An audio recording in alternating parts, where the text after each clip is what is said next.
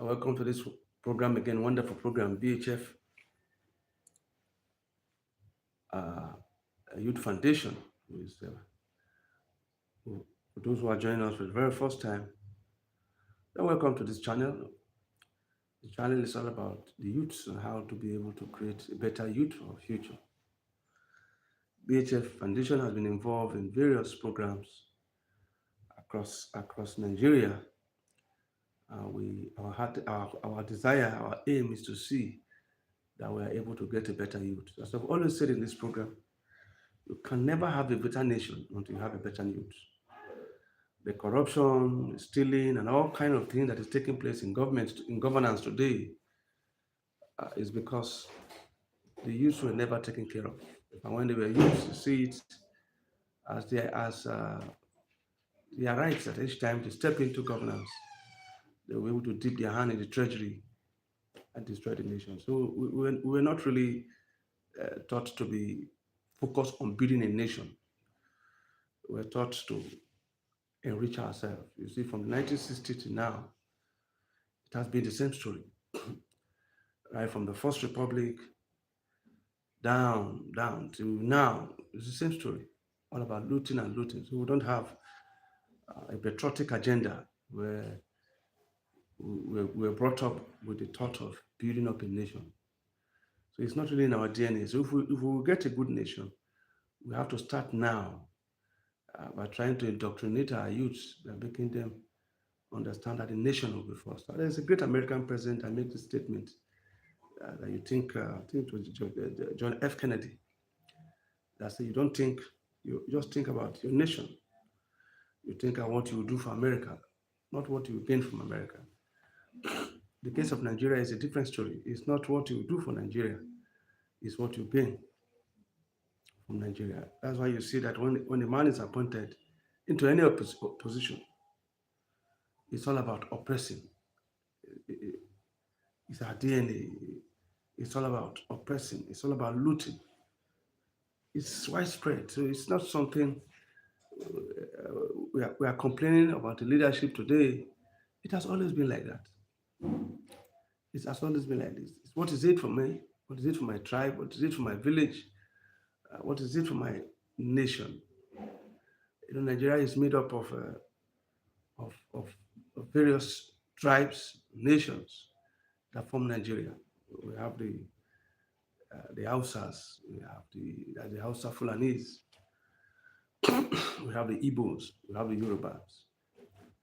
And so the funny thing about Nigeria is when an Hausa man is there, the Igbos or the Yorubas don't will always attack the leadership, or they say something wrong with the leadership. We'll talk about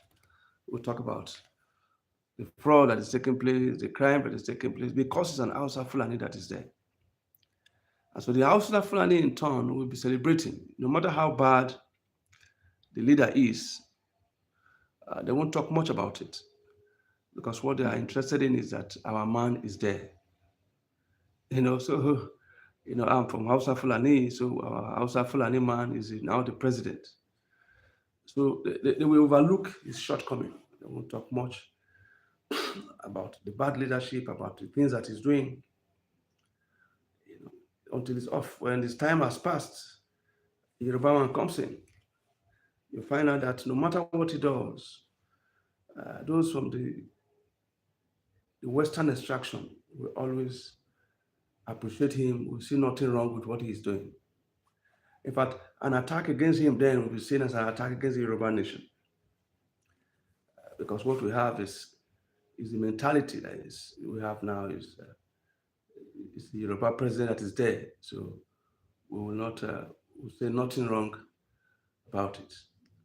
When an Igbo man is there, it's the same thing. The Igbos, it's just that the Igbos have not really had much opportunity apart from the First Republic, where we have a president, Nnamdi Azikiwe, who was just a ceremonial president. Then we later had the first military leader who came in after Cardinal Nzogu carried out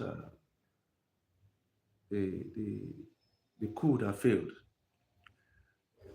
and the House of Fulani, they rally around immediately and they see that he was eliminated. I think he's the one that introduced the centralized system of government instead of the regional system of government.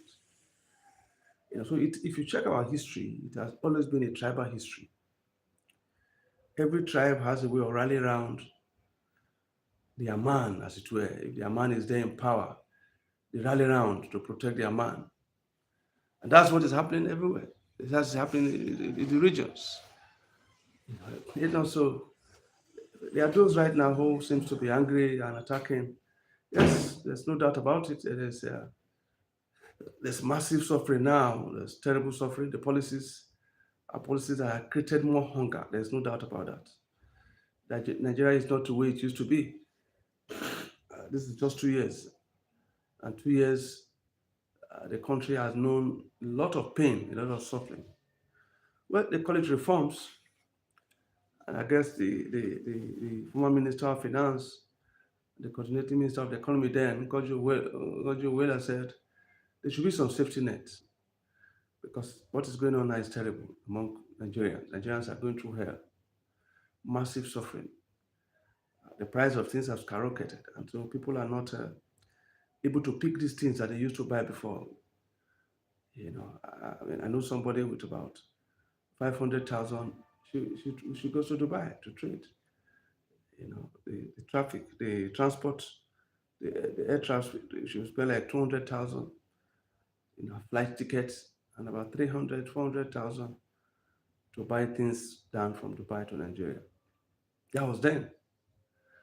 But now the transport fare alone is close to 500,000, if not more, because the Naira has been bastardized. The Naira is completely destroyed. Now they call it reforms. But a reform that does not carry the people along, it's not a reform. It's not a reform. So we'll try and look at it. The government may have good intentions, but it's not about good intentions. It's about how the people feel. Because when you are governing the whole people. You must consider the poor. Not everybody is on the same page. You must consider the poor, the less privileged, those who don't have opportunity to be in governance in any department at all. I mean, those who are in governance, those who are commissioners, they are ministers, they are director generals, they are heading one parastatal or the other, they will not feel the effect because the government money is still in circulation. So each time they come to the news, they come to the TV, they talk and talk and talk and talk. They talk because they are still privileged to get some money from the center. Look at what is happening in River State, for example. Election has been now. I think election was held yesterday. Local government election. The first one was annulled. I didn't follow the process. 90 days. This one now was quickly held because 18th of next month, this 6 months state of emergency will be over in River State. So they quickly want to do an election before Bora comes back. So even though it doesn't follow the 90 days, they don't care. The same people that were shouting that it didn't follow 90 days, they went to court. The same people are there watching this one being held now. Because one man wants to ensure that he grabs the grassroots before Fabara comes in. And when Fabara comes in, it's obvious that he will not have much at stake. So we just have one man, Wike, who is the minister of the Federal Capital Territory, who happens to be also a member of PDP, but is working for this regime. There have been all kinds of accusations that I heard. A video was shown of the mansion, $2 million mansion, which he bought from America, using his wife's name and his children's name, but nothing was done. So we can see that when it comes to the issue of fighting corruption, it's almost dead on arrival. It's almost dead on arrival. So these are some of the things that we're talking about. These are the things that we see, and it's not a big deal, because what the government, what the establishment are really interested in is to see that they are re-elected. Is to see that they are re-elected. The other day we watched a video of the former governor of Kogi State, how he told people to, I told members of House Assembly, they were all sitting down on the ground, and he told them they don't need to say anything. Anything that the governor says must be followed. I'm talking about a former governor, Yabelo, who have been declared wanted one time at the EFCC, and all kinds of noise were made of how much he stole, how billions and billions got missing. And I remember the EFCC chairman then was vying that he's going to resign if something is not done about the minister there. Now he's back. They have this way of arranging this kangaroo meeting. He came from hiding, went to the EFCC, arrested him, took him to arraign him in court. It's the same jamboree, it's the same scripts. They don't modernize the script. So when they tell you that they are fighting corruption, they are not fighting anything. They are just lying. Because those within the establishment, within the seat of power, they don't fight corruption. It's a saying in the Bible where Jesus said, "He that is without sin should cast the first stone." So we have two kinds of Nigerians. We have Nigerians that are poor, that are really, really suffering. And we have Nigerians that are in power, that have looted and looted and looted. And nothing is done. The EFCC come and arrest any of them, declare them wanted, they will do a kangaroo arrest, take them to court. After they send them to prison. After a week or two, they will grant them bail, and that's the end. You go back home and enjoy your loot. So that is the idea of the government fighting corruption. And it doesn't start now. It has been there for a very long time. So they are not really fighting corruption. They just go there on sabbatical. Even when they go there for 2 weeks, the kind of food they will eat, they will not eat the food that the prisoners are eating. They will just go there, and we begin to get some revelations that most times they don't even spend time in the prison. They find a way of taking them up by 9 o'clock in the morning, in the night. They get to their homes to sleep. Then they bring them back in the morning to just stay there. So after 2 weeks, they grant them bail. So the question is that, is this how we are going to continue as a nation? And so when you hear a statement the other day by the president in Brazil that there's no more corruption in Nigeria, I won't begin to wonder what Nigeria is talking about. Because our biggest challenge now is a massive corruption that is taking place within the establishment. The ordinary Nigerians are suffering. There's no safety net anywhere. And so that's why I see that people are struggling and fighting and doing everything possible because they want to become president, they want to become governors, they want to become senators. But it's a guarantee that once you get there, you're not getting there to serve. You are going there to steal your own. That is what is going on for the past over 25 years of our democracy. Our elected officers are just there stealing and stealing and stealing and stealing. And the EFCC that was set up is just more of a kangaroo EFCC. I think the EFCC was just set up and they reduced the EFCC to pursuing Yahoo boys. It's all about Yahoo boys. It's all about Yahoo boys and the rest. That's what the EFCC is there to do. They are not there to do ICPC, EFCC. They are not there to checkmate corruption, to put an end to corruption. They are not there to do that. So what people are doing now, the elected officials are doing now, is to ensure that they steal more than enough when they are in government. So after 8 years, 4 years or 8 years, after massive stealing, they now go to court. They spend 2 weeks.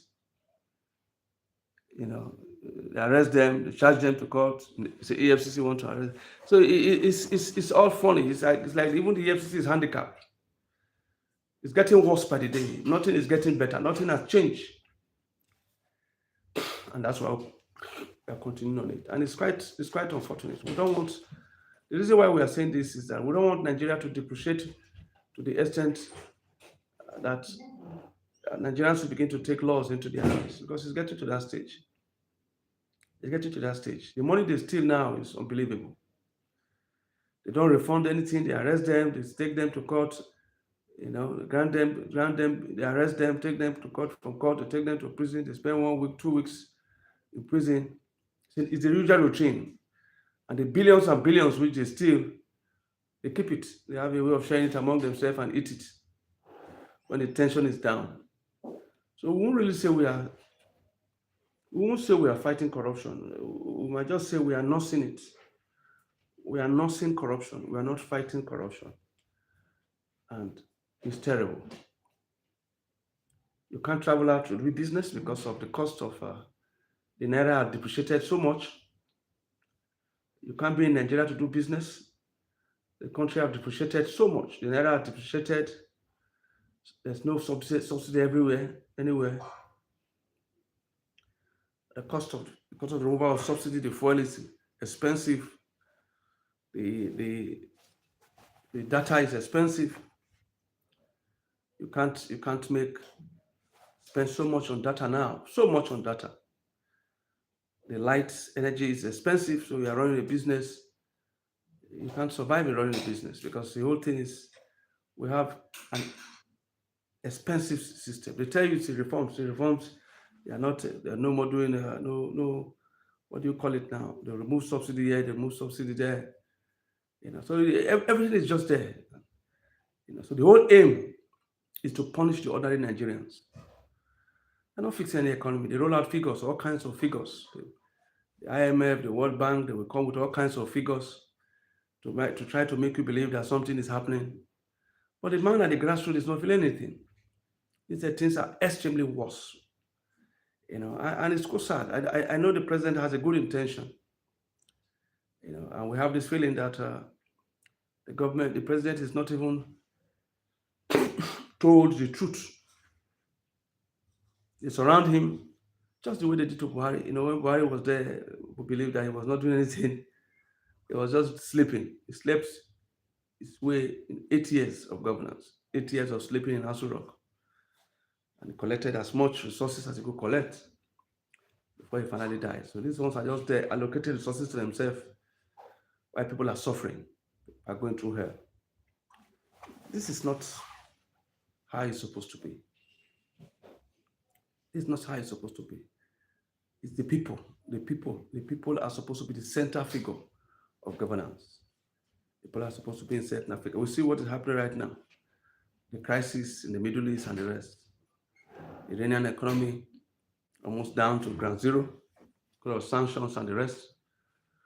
The small resources they have, they use it to finance terrorism. They have what they call the axis of resistance.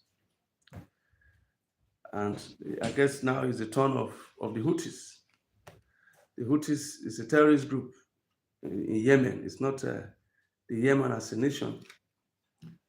The Houthis is also a fraction, a tribe in the Yemen. And that's what caused. We have the Yemeni war for a very long time. We had the war with Saudi Arabia for a very long time with the Houthis.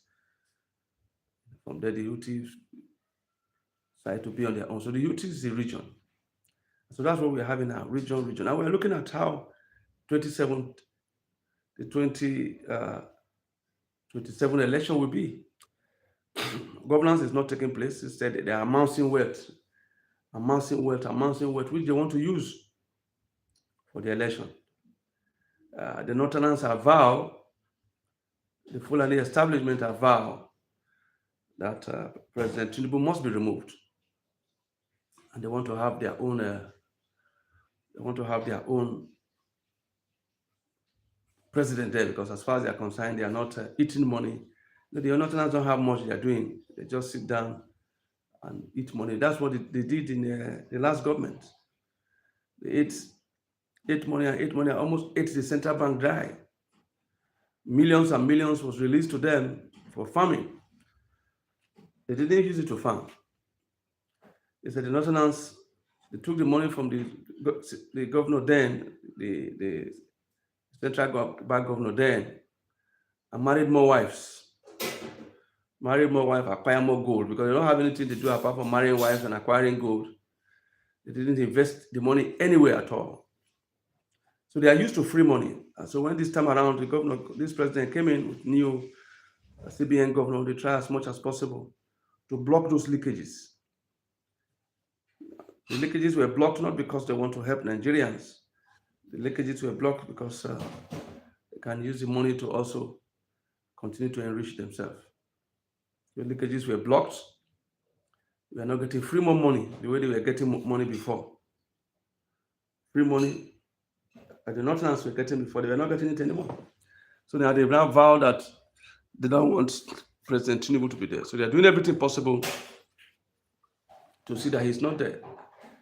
They started the coalition of the ADC. Everybody knows that the ADC is an Atiku establishment to bring Atiku back to governance. So Nigeria is at a crossroad. If you don't want to support Tinubu, you are indirectly supporting Atiku. When they started this ADC, we were thinking they want re-governance. We were thinking they want to bring in Peter Obi, who seems to have, among all the governors so far, he seems to have a prudent leadership. He didn't leave the state in debt. And if you check Peter Obi's leadership, you'll find out that he left millions and millions of naira when he was leaving office. Millions of naira. Thousands of dollars. He's the only governor, apart from the late Musa Yar'Adua, is the only governor that left money behind after 8 years. It's the only governor that left money behind. Only governor that left money behind. So we've seen his prudent leadership. He will reduce his entourage, close the state house in Abuja. He closed all those things to reduce the expenses. Very prudent leadership. And so far, it's somebody we know that will be able to help Nigeria in this time of economic crisis instead of waste. But of course, they are not thinking about that. All they are thinking about is how to return back to power. Because the only things the Northerners know is power. They can't do any other thing. Apart from power and selling of cows. Selling of cows and power is the only thing the Northern establishment know. Where they have vast land that they could have used for something good, industries, they're not interested in it. You check those who are behind the ADC. The former governor of Kaduna State, Nasir Rufai, and the rest, these are the ones championing the ADC. The bottom line of the ADC is how to bring Atiku back. And one will begin to wonder which kind of country we are in. Will we go back again to Atiku after spending 8 years? After spending those 8 years as vice president, and we saw all what he did, terrible thing he did, looting he did, from the era of customs. He was in custom. From custom, find himself in politics. The journey to become president for Atiku started since 1993. He contested against the late MK Abiola. So Atiku has been contesting for presidency now for close to 7 or 8 or 9 times. And in 2027, he feels he's an old man now, over 78. That is even his custom age. We might not really know his true age. That is his custom age. Because most of our leaders, they don't tell you their real age. They tell you their political age or their government age. So he wants to become president. Apparently, the man is over 80. So you tell me what does he want to achieve by the time he becomes president, when he is over 80 years as president. What does he want to achieve? He just wants the name. He has made so much money. What he's interested in now is just the name, not because he wants to fix Nigeria. Nigeria is never the agenda. So people were thinking Peter Obi will come in as ADC, but of course, he refused to come in. He refused to say no. So that's what he's doing now. He's using his last strength, want to spend money, not because he wants to fix Nigeria, but because he wants to see becoming president by all means. The Nigerian presidency has now become a resting home for our senior citizens. A resting home for our senior citizens. That's what Nigerian presidency has become, where we have elder statesmen, old people. It's now more like an old people's home. Old people's home. It's terrible. It's terrible. So that's where we find ourselves. So if at the end of the day we want to have a Tinubu as president, a presidential candidate for APC, presidential candidates for APC, and ADC, you have Atiku Abubakar it becomes, the election becomes terrible. You have two people who are extremely old, Bola Tinubu of APC, the Atiku of ADC. Are this the best we have out of 200 million Nigerians? Are this the best that we have? Are this the best we have, considering the fact that Nigeria is in a crossroad now? They are not interested in the economy. They have enough money to buy anybody, to buy the press, to buy the judiciary, to buy anybody. Just like what the former president Olusegun Obasanjo said, the Nigerian judiciary is now more like a cash and carry judiciary. So they will buy INEC, they will buy everything, so that they rig themselves to power. And at the end of the day, they tell you go to court because they know that they have the court in their pocket. So what they don't know is that these things have consequences. People are at a crossroad. Look at, like I said, this is how the Yemeni economy was destroyed. Iran economy has been destroyed. We see the gradual uprising that is taking place in Iran right now because the economy is bad. Their money there in Iran means nothing. This is a rich oil country, but poor leadership has destroyed the economy. And that's where we'll find ourselves. So I guess the only way you can be able to judge if a government is performing at all is by the lifestyle of the people, what the people are going through. The people are going through hell. You go to Lagos now, for example, the 3-bedroom flat is close to over 3 million, 4 million, depending on the area. The bag of rice now is about between 80 to 100,000 naira. If you want to do an international passport now in Nigeria, just put now the international passport costs 100 and 200,000. So the international passport itself now is more expensive than the take-home pay of the civilians. So the international passport is more expensive. It's almost twice expensive. It's twice, not almost. It's almost thrice expensive than the average minimum wage of a Nigerian. So the minimum wage now is small, and it's sad. It's sad. Now, and we don't see anything changing in the next 2 years. So what they want to do after some time, they will send some money. That's okay. The government they want to send some money to assist the poor. How do they get the poor? How do they get the list of those who are suffering? It's the same names of registered people of their political parties. That's why they will send the money to. So the average Nigerian that is suffering has nothing. Just when the former minister of humanitarian affairs was there during Bangladesh regime, she said she was cooking and sending food to the poor. We see how many poor people got food. Nobody got food. We didn't see. They just show 1 or 2 places to see people food, just to showcase for the media. It's sad. It's sad. Let me just say, today, yesterday, the Israelis, the fight, the war in Gaza is still on. The Israelis have the IDF have made up their mind. They are now trying to enter Gaza, which started about 2 months ago. Remember, this war started in October 7. That's when the crisis started. And by October 8, Hezbollah, so that terrorist group, joined the war. And not too long, the Houthis also joined the war. And some militias also from Iraq, they joined. These are the ones they call the axis of resistance, which is like the axis of evil. So it got to a time where the Israelis were fighting on 4 fronts. On 4 fronts.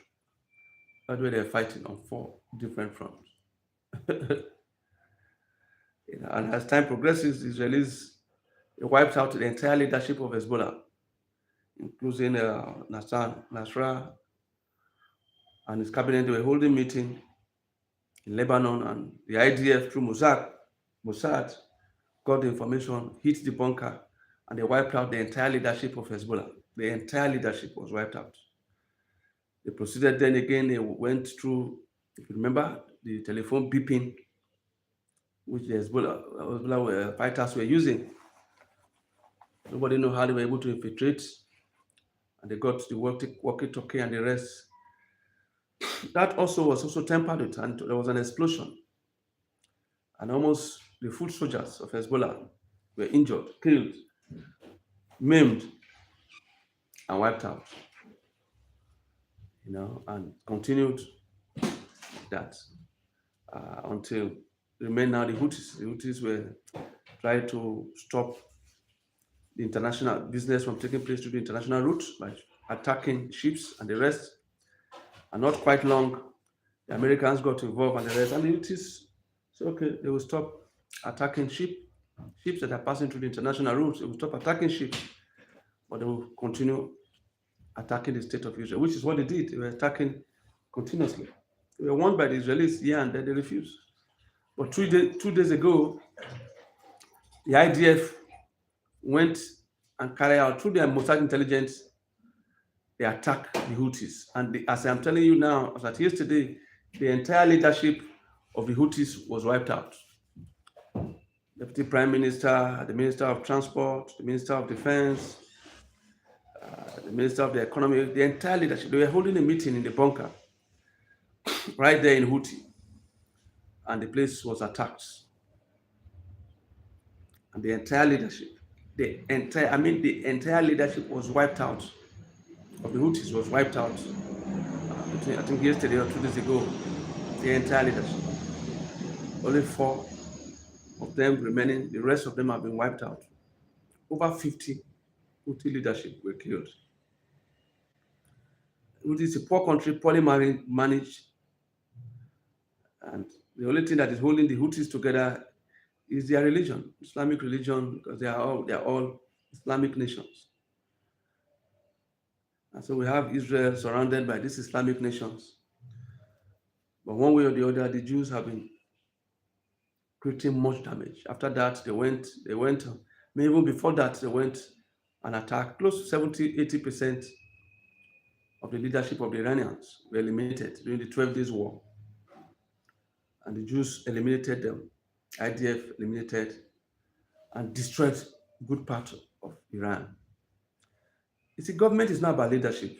Government is about the people. The people right now, all these nations we are talking about that have gone through all this crisis, they are detached from the leadership. The people they are not support. The people are even prepared to assist. If there's any crisis at all, the people are prepared to assist. Because it's not about the people. It has nothing to do with the people. Would they be able to stand up now and say they want to defend the Houthi? No, they won't. It has been years of malnutrition and years of suffering. And that's exactly where we are finding ourselves now. Is the average Nigerian man prepared to defend his nation, defend the people? The hatred for the Nigerian is much because it's not about the people, it's about government officials. It's all about taking care of the government officials. As long as the government officials are concerned, they can take care of themselves and the people can suffer. Now we have leadership moving from one party to the other, moving from one party to the other. It has nothing to do with the people. It's not the people. It has everything to do with themselves, their interests. The governor that is facing challenges, facing EFCC criticism here and there, and been arrested for fraud and the rest, he moved straight to the APC. So it's more about protecting my stay in power, not about people. So we should do everything possible to do a people-centered government. It's not a government that can begin to operate for IMF will come, IMF will say this, or World Trade Organization say this. What will IMF say? What will World Trade Organization say? They are there, they are enjoying themselves, they are making money. So they will definitely support the government policies, not the policy of the hungry Nigerians. It's not the policy of the hungry Nigerians. It's quite unfortunate what is going on now. Well, as we begin to round up, we just want to bring that update.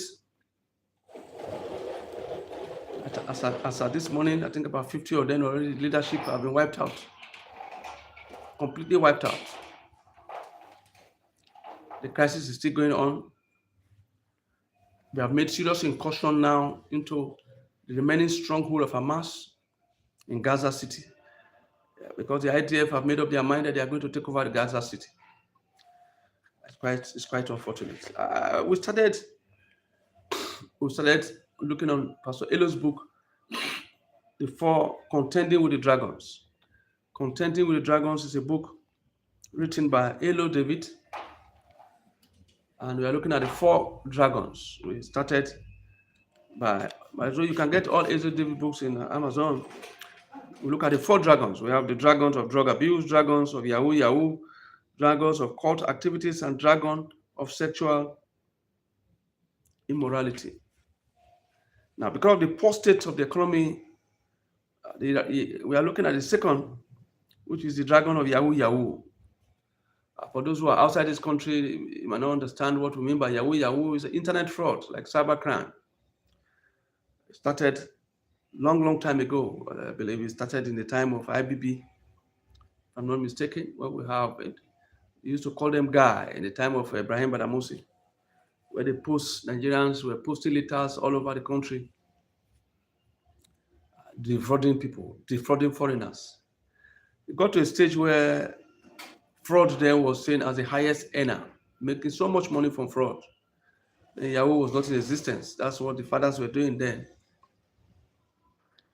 And the poor state of economy has made it worse. The children have taken over. Now they are using internet. They are not posting letter anymore.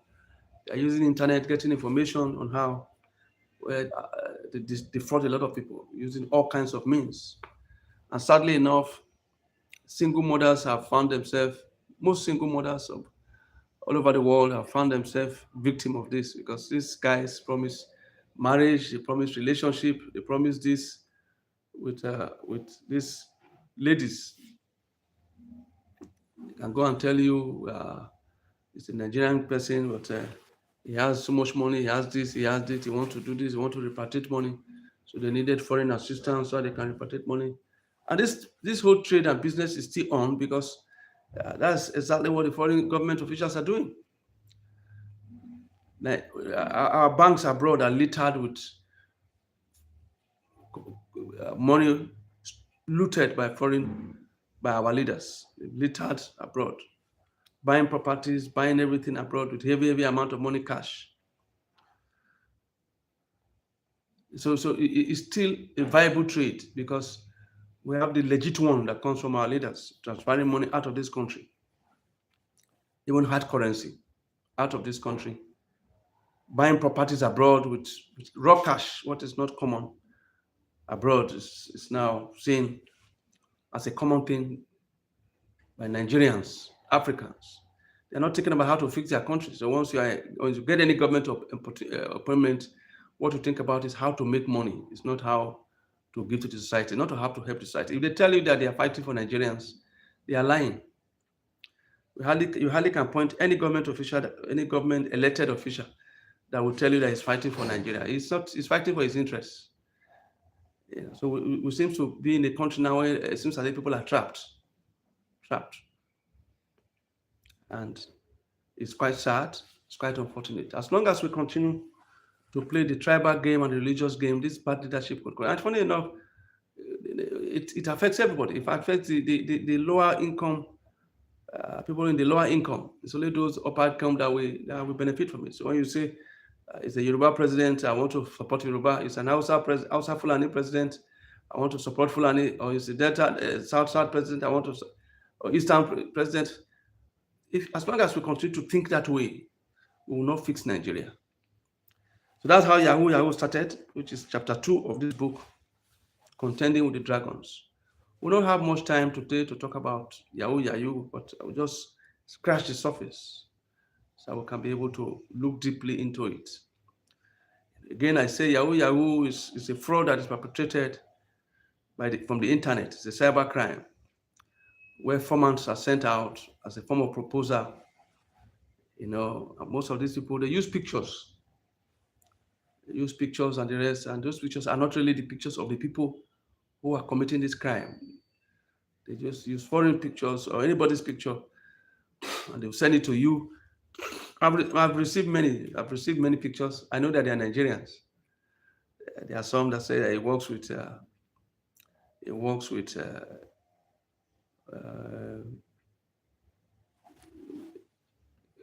he works in Britain.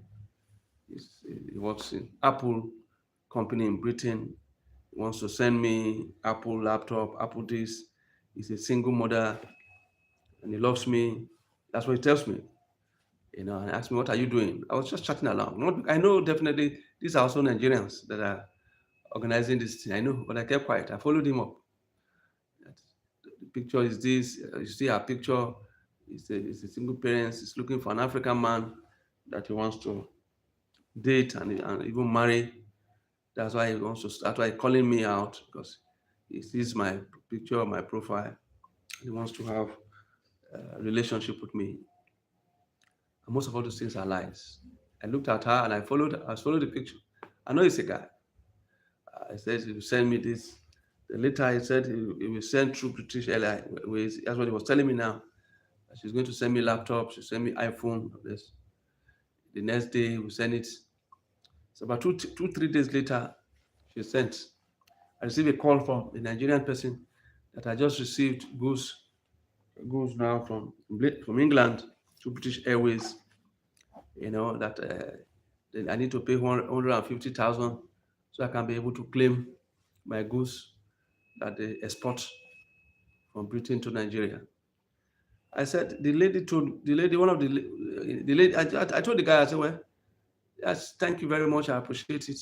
But what I want you to do is to I give you the permission to tear open the bag because she came with she sent a bag through and in that bag she put uh, she put 800 thousand 800 pounds. So I tend to I say, okay, thank you very much. In that bag is about 800 pounds.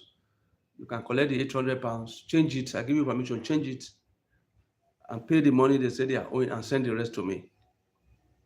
That was the last time because I already know their trick. Yahoo Yahoo, I know their trick. I mean, my friend many years ago, my friend fall victim to it. They told him that we won a Nokia award, and that award is about $450,000, which they want to send to him, and they need to pay money, 200,000 naira for clearance. Blah blah blah. Funny enough, he paid. They told him again, you need to pay 150,000. He paid. And they told him, yes, the money, the box is now ready. They sent it from America to Nigeria, so it has to come to international airport to claim it. And they call him back. They said he has to pay 200,000 naira for clearance. That was when he told me. Immediately told me and said they are scammers. Why did you allow yourself to fall victim to this? These are Yahoo Yahoo people. They are scammers. So I will advise people, those hearing me now from over the world, all over the world, wherever you are hearing me from, any business that has to do with you sending money first, paying upfront, don't involve in it. These are one of the schemes of the Yahoo Yahoo people. This is how they defraud people. They ask you to pay money upfront for a goods you don't receive. So it's common. They are using different style now. You see them selling snail on the you see them on Facebook, on Instagram, on WhatsApp. They have snail they want to sell. They have snail farm in Benin. They have snail farm in your different states. They say they will sell it to you. Many of them have approached me. They want to buy, sell snail. They are start fish farm. This is how much of the fish. You see them all over social media. Then they will tell you this is how much you need to pay. You pay money upfront so that you can collect it. You try it, they will eat your money because they are not genuine business people. They are fraudsters. So don't pay money for a product you have not seen. It's dangerous. Like I said, we are going to continue this Yahoo Yahoo much later in the evening. But I want to say that don't get yourself don't pay money for anything that is upfront, because these are schemes of the Yahoo people. They've gone extra in the evening. We look at various ways which they are using, because the Yahoo himself has gone diabolical, very, very diabolical, where especially young girls now are being used to perpetuate their crime. Young girls, and I will tell you how it is done in the evening. Join me, subscribe to BHF, this channel, BHF Movie on YouTube. Subscribe to BHF channel and share, comment. If you have gone through any experience before, you comment on it. Tell us the experience, your own experience that you've got. We have a lot of experiences to share by this week. This later in the evening when we continue this program, we have a lot of experience to share, and people who have been used so far for fraud, Yahoo fraud. Like I told you, it has gone diabolical, very, very diabolical, where they use money. But again, this Yahoo we're talking about now, it only works out of greed. Because like I said, I've received a lot of calls, and I know that I don't want to collect money for something I've not worked for. They tried to dupe me many times, but many times they do not succeed, because I just say no. I will not. I won't be part of it. I mean, there was a time they called me and say, I won an award for Airtel. I won with Airtel award about 3 million naira. Oh, I said, thank you very much. After some time, they sent documents, send many things. The next thing they will send, they tell me that I need to pay money upfront for clearance. I said, you say I want 3 million. I should send 200,000 naira for clearance. I said, I give you permission. Take 200, would deduct the 200,000 from the 3 million and give me the balance.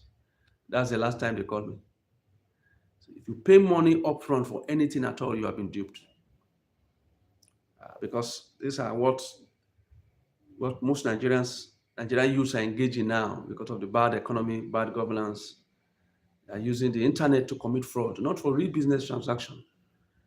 It's all about fraud. Send you fish, you see pictures of fish, they arrange fish, they show you their farm and the rest, and they will tell you to pay money upfront. They will send the fish to you, their story.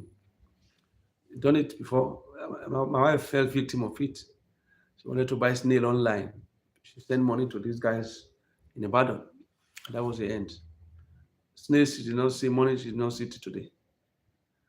So we'll continue by the end of the month to talk much about it, because these are the effect of Yahoo. Please subscribe to this, comment, subscribe, as we look deep into Yahoo and the consequences of Yahoo, which is internet fraud on genuine businessmen and genuine business transactions in Nigeria. So until we meet again in the evening, please subscribe to BHF, share, subscribe, so more and more people will know how this fraud operates. We are looking at Yahoo, chapter 2 of my book, Contending with the Dragons. And so one of the dragons I have to contend with is the dragon of fraud, the dragon of cybercrime. We have looked at the dragon of drugs, and now we are looking at the dragon of fraud, which is Yahoo. So we look deep into all kinds of fraud, religious fraud, economic fraud, all kinds of fraud that is taking place. We look into all kinds of fraud. And the purpose of this thing is to be able to intimate you and warn you before time. But if you go ahead with it, you continue with it, and you believe them, you will be duped. Because there are so many now on social media, so many. You receive all kinds of call messages. You have won this, they'll tell you to pay money upfront. They are liars. They are fraud. They are there to defraud you. Anything that has to do with you paying money upfront, they are manipulations and they are fraud.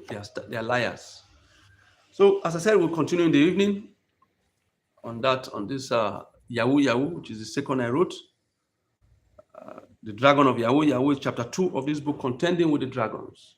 If you don't have a copy, please, I want you to book your copy and put it online. We have 140 books online. Apostle David Elo on Amazon. 140 of those books online. And watch BHF movies. BHF movies. On this very YouTube channel, we have wonderful movies. which is all to educate, to inform, and to help you grow. We are also having BHF. BHF is also an organization that is hell bent in fighting fraud, Yahoo Yahoo, fighting fraud, fighting crime, cyber crime, court activities, and drugs.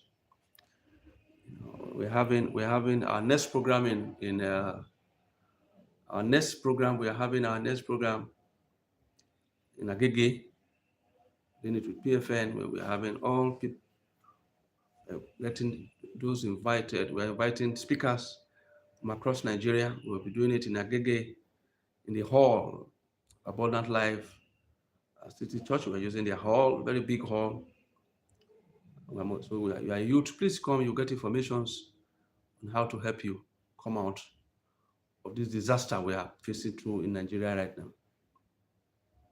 Disaster. Like I said, the bad economy has made our youth to be merchants of fraud, because it's sad. So we're having that program from that's around October. But before then, tomorrow is September. September, we're having a program in Delta. We're also having a program in Benin, Edo State. Warri Delta, Benin, Edo State. It's anti-drug and anti-cult program, because we are determined to help our youths and to build up a solid nation.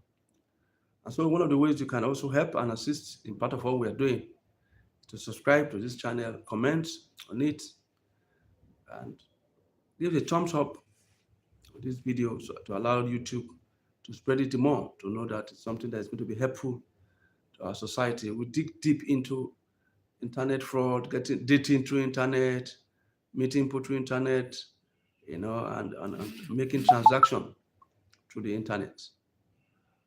So we are going through all these are some of the things we are going to do, and we hope that we'll meet again in the evening. Like I said, subscribe to BHF Movie on YouTube to get more information. We are living in a world of information. The more information you have, the more protected you are. And so we are here to give information. So as we continue on this program, in any way you want to assist BHF Movies, you can also assist us. It's a huge program. So move to Delta, Edo State on this campaign by this next month. I said before, we're moving to Edo and Delta on this campaign. And October will be in Lagos. October we are going to be in Agege at Iju Road. It's a very big hall that accommodates a lot of people. So we are using this as an example, as an invitation to you.